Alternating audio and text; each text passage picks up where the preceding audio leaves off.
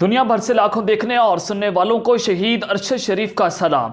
नाज़रीन इकराम, 23 दिसंबर को पंजाब और केपीके की असम्बलियां तहलील होने जा रही हैं। इमरान खान अपनी सियासी ज़िंदगी के ख़तरनाक तरीन ओवर्स खेल रहे हैं, लेकिन इस्टेब्लिशमेंट ने यह फैसला कर लिया है कि इमरान खान को हर सूरत रास्ते से हटाना है। तो आज ऐसी खबरें लेकर आपकी खिदमत में हाजिर हुआ हूँ जनाब। उसको पाकिस्तान का मीडिया जो है वो रिपोर्ट नहीं कर रहा, पस पर्दा क्या कुछ हो रहा है और आज अहम तरीन कशफात करने जा रहा हूं। आज जो सबसे पहली खबर है कि जनाब इस्टेब्लिशमेंट और इमरान खान एक दूसरे के आमने सामने आकर खड़े हो चुके हैं और ये लड़ाई खतरनाक दुराहे पर पहुंच चुकी है।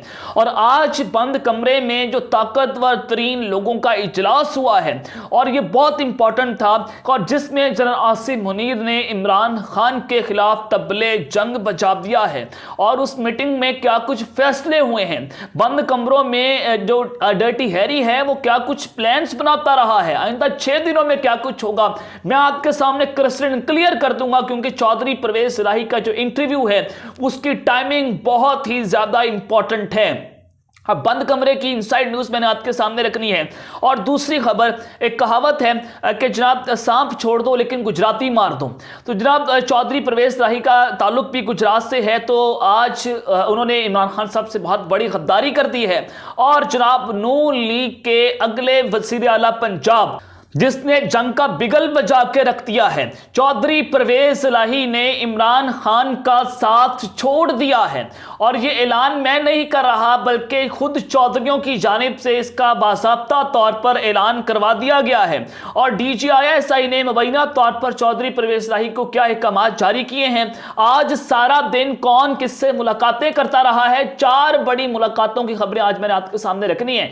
ये एक्सक्लूसिव डिटेल्स भी आपके सामने रखूंगा। और तीसरी खबर पर जो आज हमने बात करनी है कि नई फौजी क़यादत जो कह रही थी कि हम तो न्यूट्रल हैं, लेकिन उन्होंने इमरजेंसी लगाने का बाज़ाब्ता तौर पर फैसला कर लिया है और खुल्लम खुल्ला ऐलान भी करवा दिया गया है। जनाब इस हवाले से भी मैंने बड़ी इंपॉर्टेंट डिटेल्स आपके सामने रखनी है कि GHQ में क्या चल रहा है और हालात दिन ब दिन कशीदा होते चले जा रहे हैं। लेकिन अगर आपने चैनल को सब्सक्राइब नहीं किया, चैनल को लाजमी सब्सक्राइब करें, बेल आइकन को दबा दें, आने वाली तमाम तरह अपडेट्स आपकी खिदमत में बर वक्त पेश होती रहें। नाज़रीन इकराम, इस वक्त चौधरी परवेज इलाही साहब का जो इंटरव्यू है उसने तहलका मचाकर रखा हुआ है और इमरान खान के लिए खतरे की घंटियां बज चुकी हैं। क्योंकि मैंने आपको बताया था कि इमरान खान साहब के पास प्लान था जो उन्होंने खेल दिया, जो कार्ड फेंक दिया। अब चौधरी परवेज इलाही साहब जो है उनके पास ऑप्शन है कि क्या वो इमरान खान साहब का साथ देंगे या फिर जनाब वो PDM के साथ खड़े होते हैं। तो अब जनाब यहां पर डगमगाना वो शुरू हो चुके हैं। जनाब इमरान, अब गेम अचानक तब्दील हो रही है। जब इमरान खान साहब ने असम्बलियां तोड़ने का ऐलान किया था तो उस वक्त इस्टेब्लिशमेंट ने इमरान खान को धमकी दी थी कि अगर आपने असम्बलियां तोड़ दी तो आपको नाअहल कर दिया जाएगा। नई फौजी क़यादत तो कह रही थी कि हम तो न्यूट्रल हैं, लेकिन वो कौन था जिसने इमरान खान को ये धमकी दी थी? क्योंकि ताकत और हुकूमत जो है वो इस वक्त इस्टेब्लिशमेंट पीछे बैठकर कंट्रोल कर रही है। तो ब्रेकिंग न्यूज आप मेरे से एक और ले लें कि आइंदा आने वाले दिनों में बलोचिस्तान से एक बहुत बड़ा ग्रुप जो नून लीग को बहुत बड़ा धचका देगा और पाकिस्तान तहरीक इंसाफ में बाज़ाब्ता तौर पर वो शमूलियत का ऐलान भी कर देगा। और ये ऐसा ग्रुप है जो कि जनाब PDM की हुकूमत गिराने में बड़ा अहम किरदार भी अदा कर सकता है। अब जनाब एक और ज़रा खबर ले लें कि इमरान खान साहब ने आज एक बहुत बड़ा उन्होंने स्टेटमेंट दी है और उन्होंने कुछ वफूद से आज मुलाकातें की जिसमें कहा कि सब कुछ ठीक था, फिर समझ नहीं आया कि जनरल बाजवा को क्या मसला हुआ। जिस वक्त लेफ्टिनेंट जनरल फैज़ हमीद को ओहदे से हटाया गया तो पता चल गया था कि हुकूमत गिराने का प्लान बन चुका है।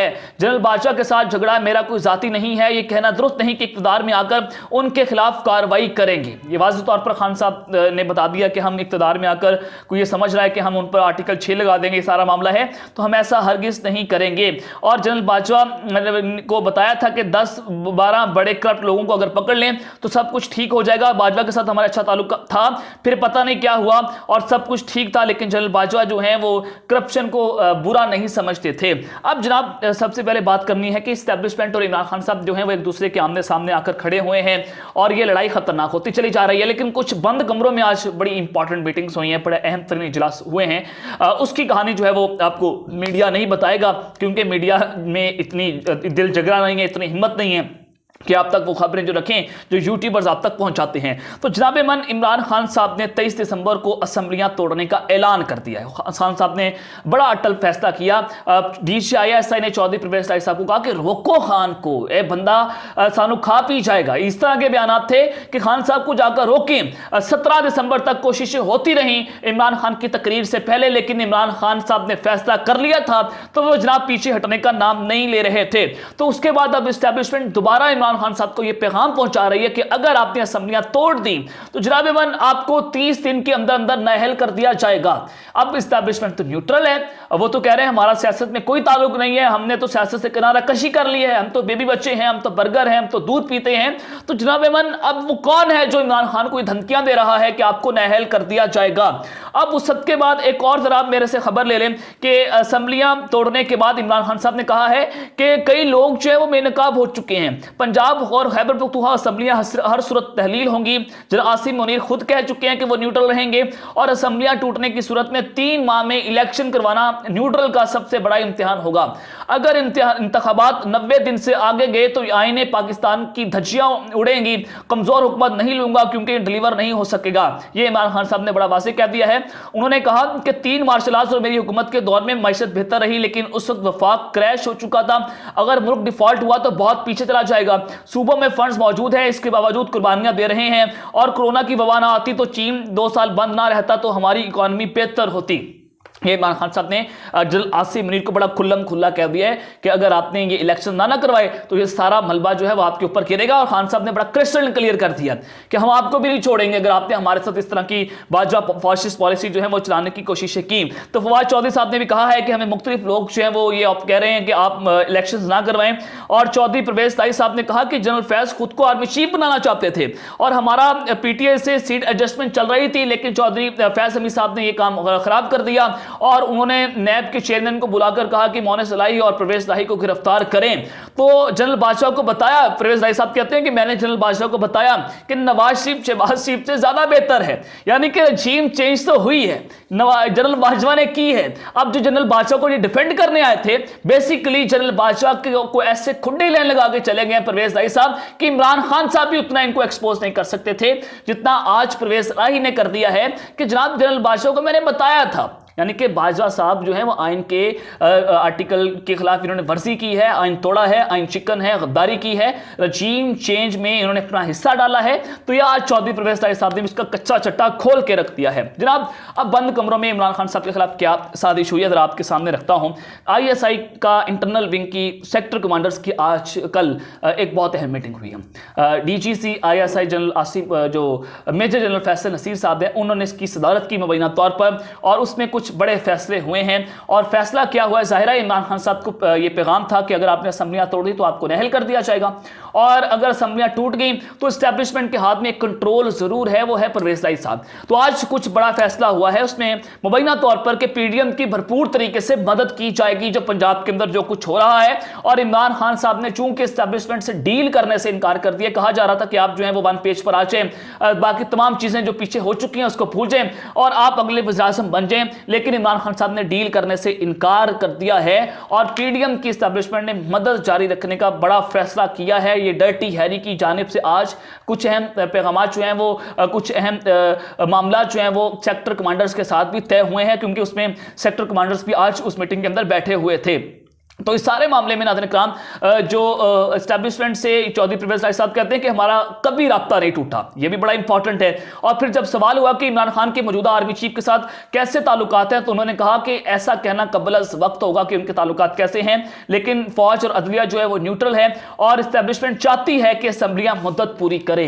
अब एस्टेब्लिशमेंट न्यूट्रल है कि अगर वो असेंबलियां मुद्दत पूरी करे तो ये तो आईनी हक है किसी भी CM का कि वो किसी भी वक्त जो है वो असेंबलियां तहलील कर सकता है, लेकिन एस्टेब्लिशमेंट चाह रही है कि हुकूमत जो है अपनी मदद पूरी करे।